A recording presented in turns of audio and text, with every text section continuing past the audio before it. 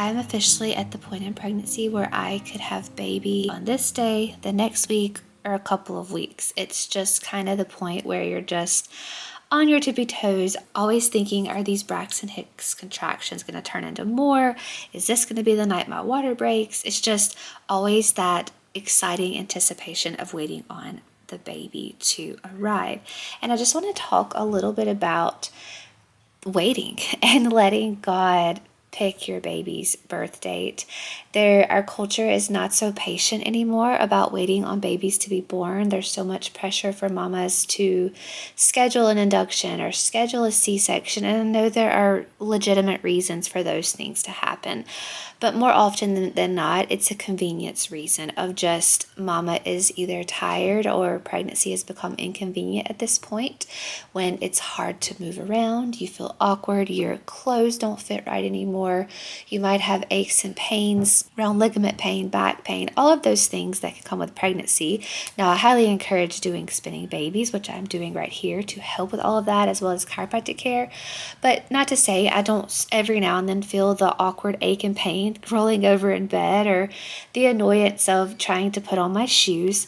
But as I was saying, a lot of times those scheduled due dates or scheduled birth dates are for convenience for mama and the doctor, not for baby. I believe babies and God pick our child's birth date, and that's kind of just how it should be. So at this point in pregnancy, as I was saying, I am so ready to meet baby. Beyond ready. I'm excited to know the gender. I'm excited to meet him or her. I'm excited to finalize a name for him or her, for my older children to meet him or her. But I also want to soak and enjoy every second before our life changes for the better as we add a fifth child to our family. I focus on my nervous system by taking in lots of outdoor light and leaning into every urge to nest and clean and tidy and organize our home.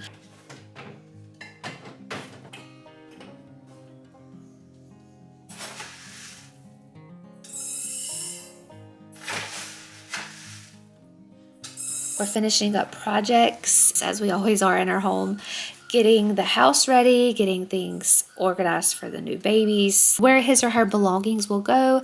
I've been stocking the freezer. Y'all have seen those videos where I'm stocking the freezer full of nourishing foods for myself postpartum and my family.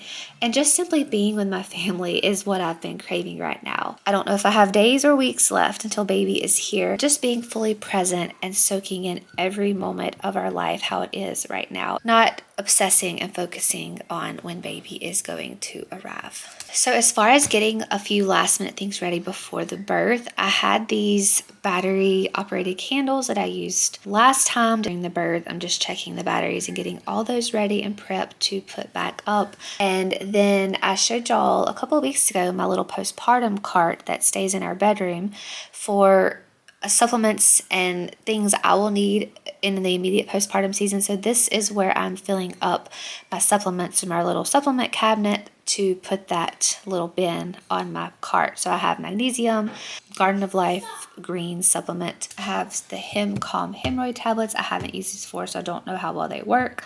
I just had them on stash from past births in case I needed them. Also After Ease for after birth cramps, which is one of, sometimes to me, worse than the actual labor contractions. But nonetheless, these do help some. Some arnica for just pain for the afterbirth cramps if needed. And this little box will go to my postpartum cart. Now, I won't actually leave it there. I'm just kind of showing y'all where I'm setting it up because I do still take some of those, like the magnesium and the green superfood powder. I do still take, but I'm just kind of showing you how this will be set up. And then I will be able to roll this cart to the bed as needed. And then I'm getting those candles set up. If birth is at night, I want candles and just really calm lighting. I've talked a lot about lighting and cleaning up your indoor light quality, basically just turning off overhead lights altogether. I've seen such a drastic change in my children's behavior and how they sleep by doing this. So why would I want bright overhead lights on during my birth?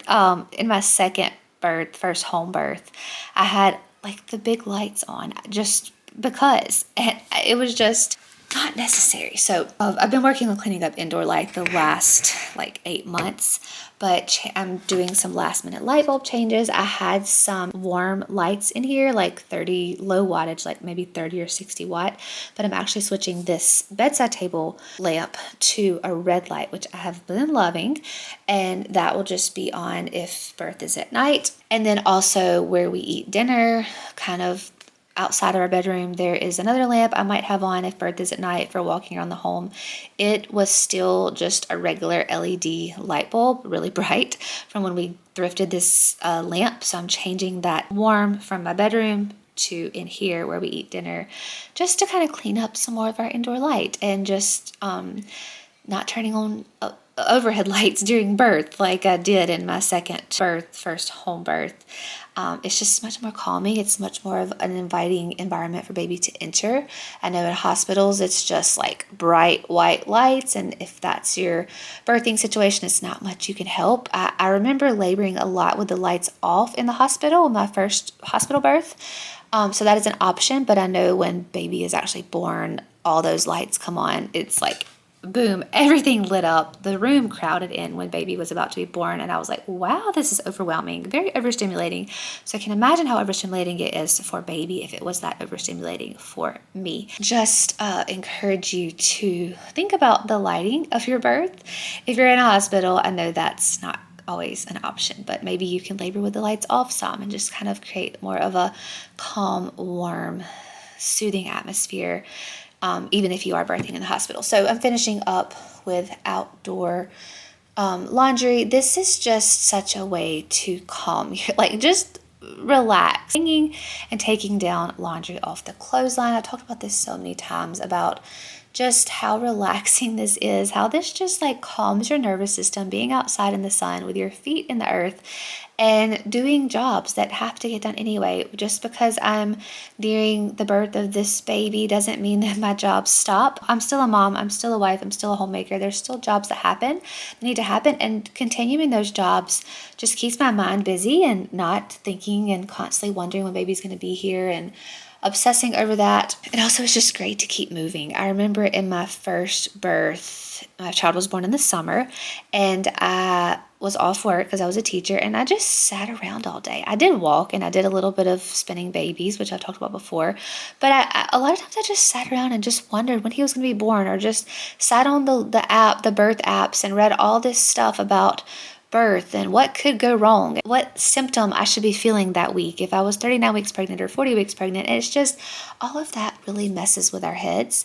But if we just will live our lives and wait on baby to arrive in his or her and God's perfect timing, I think we will be so much more relaxed at the end of birth and not so ready to rush the birth of our baby, because this is such a cherished, sweet time in every mama's life, no matter what child you're on, if it's your first, second, third, fourth, fifth, sixth, eighth, 10th.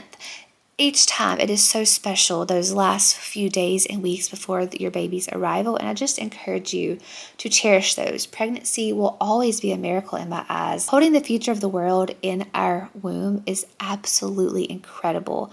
There is a reason that women, and only women, were given this gift, because it requires strength of a woman and softness of a woman that can exist in one breath, only in women. So I just pray that if you are waiting on your little miracle, that you will wait patiently, whether you're waiting to conceive that little miracle or you're waiting on that little miracle to be born. Just know it's all in God's timing and His perfect will, and that desire is not forgotten, and that little one knows when their timing is right, whether you've already conceived them or whether they're already in your womb, kicking around, moving and wiggling and waiting for the perfect time to be born. I just encourage you to see the beauty in that. Just patiently wait, as hard as it can be when you're so anxious to meet your little one, but it is so worth it, and it is such a beautiful gift when you finally meet that little one after the long days of anticipating their arrival.